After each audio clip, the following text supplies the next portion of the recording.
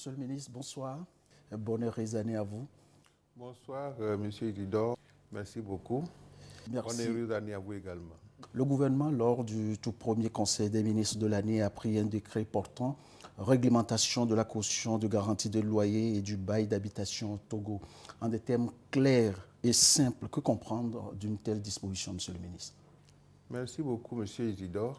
Je voudrais tout d'abord saluer la vision du chef de l'État, son Excellence M. Faure Gnassingbé Singbe, qui a eu à cœur de se préoccuper des soucis majeurs de la population, surtout vulnérable, notamment les locataires, pour parler d'eux. Le gouvernement a jugé utile d'encadrer le secteur des baux d'habitation pour que nous puissions assurer une protection aux locataires tout en garantissant et en sécurisant l'investissement de ceux qui offrent aujourd'hui les logements aux Togolais. Alors, il va alors sans dire, avec cette disposition, le gouvernement est toujours dans sa logique d'inclusion sociale et de protection sociale des populations. Quel serait alors le mécanisme de mise en œuvre d'une telle disposition, Monsieur le ministre? Bon, je voudrais tout d'abord relever que le nouveau décret qui a été pris en Conseil des ministres comporte des éléments majeurs. Tout d'abord, le gouvernement a plafonné la caution.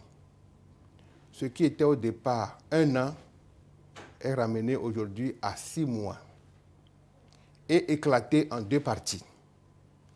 Il y a d'abord la caution que je peux définir comme la somme que le locataire verse à la signature du contrat est destinée à couvrir la réparation des dégâts qui seraient amenés à causer sur l'immeuble ou sur les équipements de l'immeuble en fin de bail.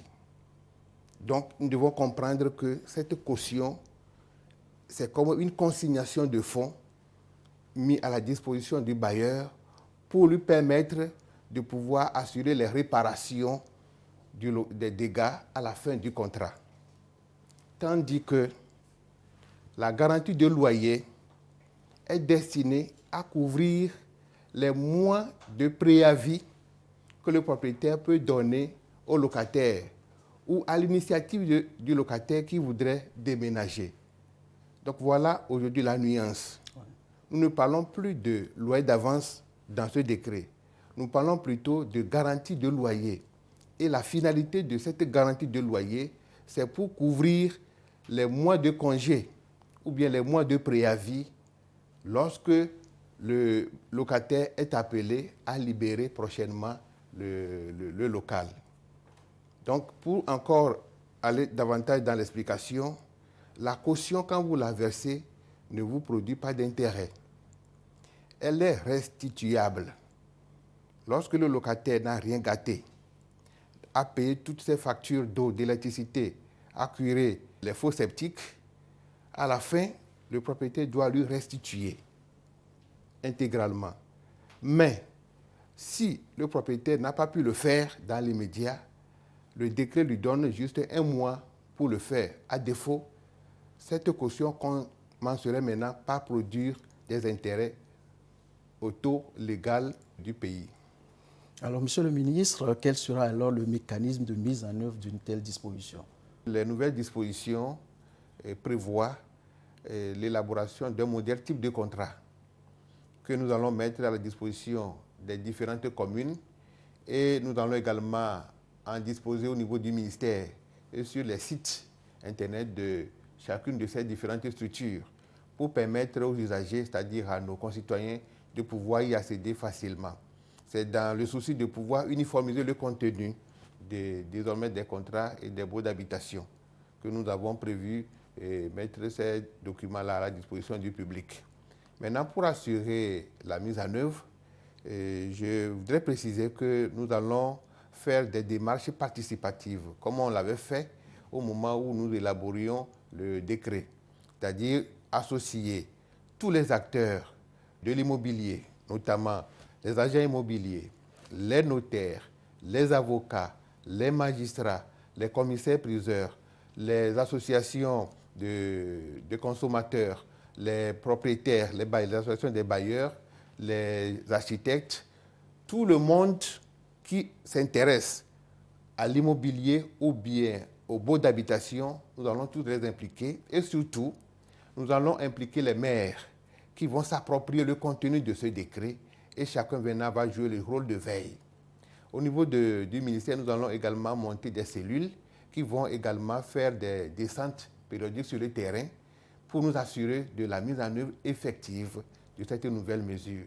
Parce que nous avons tous à gagner de voir traduire dans les réalités les nouvelles mesures pour que nous puissions participer à l'allègement des souffrances de nos compatriotes, surtout les couches les plus vulnérables.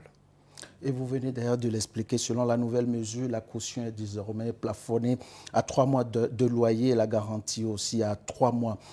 Quelles ont été les démarches pour que le gouvernement en arrive à ce plafonnement? Pour en arriver à ce plafonnement, je dois vous dire que c'était d'abord une démarche participative et inclusive. Et ça ne date pas ni de l'année dernière, ni de ce début d'année. Cela fait plus de 5 ans que le gouvernement a déclenché ce processus qui a réuni tous les acteurs, comme je venais de les citer, les avocats, les huissiers, les notaires, les géomètres, les experts immobiliers, les architectes, les fêtières des agents immobiliers, les associations, même des bailleurs, les syndicats et les associations des consommateurs, tous réunis, ont pu plancher sur la nécessité aujourd'hui de ramener la caution à un taux soutenable pour la population, surtout la plus vulnérable. Donc c'est cette démarche inclusive et participative avec l'accompagnement du gouvernement qui a conduit aujourd'hui à la prise de ce décret. Une dernière question, Monsieur le ministre. La mesure s'applique pour l'instant dans le Grand Lomé. Est-ce à dire qu'elle est à titre expérimental? Et pourquoi ne pas alors l'étendre sur l'ensemble du territoire national? Oui, le gouvernement a à cœur d'abord d'assurer la mise en œuvre efficace de cette nouvelle mesure. Donc nous avons pensé qu'il faut d'abord déterminer un cadre géographique qui est d'abord le Grand Lomé. Donc nous avons, comme j'ai dit tout à l'heure, mettre les dispositifs pour nous assurer de sa mise en œuvre à Lomé et maintenant progressivement, dans la mesure du besoin, de l'étendre sur toute l'étendue du territoire. Mais nous devons reconnaître que c'est à Lomé que le problème se pose dans son acuité, où vous avez souvent la demande est très forte et que les propriétaires se livrent atrocement à ces spéculations. Donc nous voulons d'abord nous assurer de l'efficacité de la mesure à Lomé avant maintenant de l'étendre sur les autres villes du territoire. Merci, Monsieur le ministre. Merci pour toutes ces réponses et à très bientôt. Merci.